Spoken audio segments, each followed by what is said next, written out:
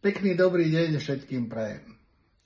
Toto video som chcel pôvodne natočiť vonku, ale hluk bol taký neznesiteľný, že by ste nepočuli nič. Chcem ho zasvetiť netradične Prešovu a Prešovčanom. Prečo? Lebo je to moje rodné mesto, ktoré nadovšetko milujem a ktoré som nedávno navštívil. Po 34 rokoch som sa stretol s mojim najlepším kamarátom z detstva a prešli sme dvor, na ktorom sme vyrastali a okolie, kde sme stvárali všakovaké huncúctva.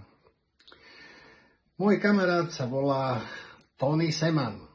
10 ročia pôsobí v metropole Česka a okrem toho, že už je na dôchodku, je frontmanom jednej úžasnej rockovej kapely, názov ktorej mám na tomto tričku.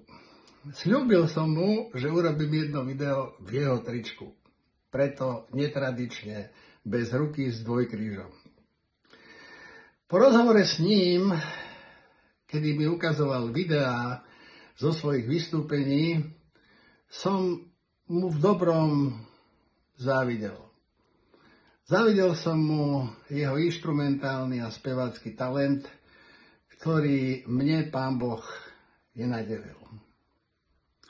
A pri tejto príležitosti som rozmýšľal nad tým, že prečo práve z Prešova pochádza toľko známych hudobníkov. Veď si len zrekapitulujme mená tých najznámejších. Peter Lipa, Peter Nať, Katka Knechtová, Katka Koščová a iní. Skupiny Čikilikitua, PH, Nuda a množstvo iných. Keď som sa o to zaujímal, zistil som, že v Prešove sa pracuje s nadanou mládežou, že sa tam usporadujú rôzne festivaly a podujatia. Nie je náhoda, že je odtiaľ toľko známych ľudí v tejto oblasti. Ale Prešov nevyniká len hudobnými talentmi. Spomeňme si v minulosti množstvo športovcov, ktorých spomeniem len okrajovo. Pána Bubenka, ktorý za čias Československej federálnej ligy doslova zosmiešnil reprezentanta Nehodu a pritom sám nikdy v reprezentačnom výbere nebol a keď bol, tak len okrajovo. Okrem športu a hudby Prešov je známy aj takými slávnymi osobnostiami ako Janko Borodáč či Jonáš Záborský, podľa ktorého je pomenované Prešovské divadlo. Prešov je krásne historické mesto, ktorému pred takmer 800 rokmi bol udelený štatút kráľovského mesta. Má najdlhšie námestie zo všetkých miest na Slovensku.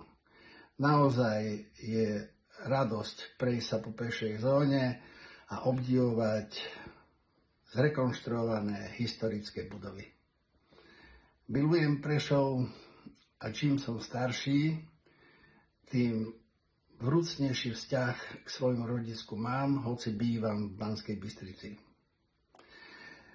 Chcem týmto povedať Prešovčanom, aby sa zamysleli nad tým, čo som teraz povedal a aby si uvedomili, že majú byť na čo hrdí a majú byť na koho hrdí. Majte sa pekne, prajem vám pekný zvyšok dňa. Dovidenia a do počutia.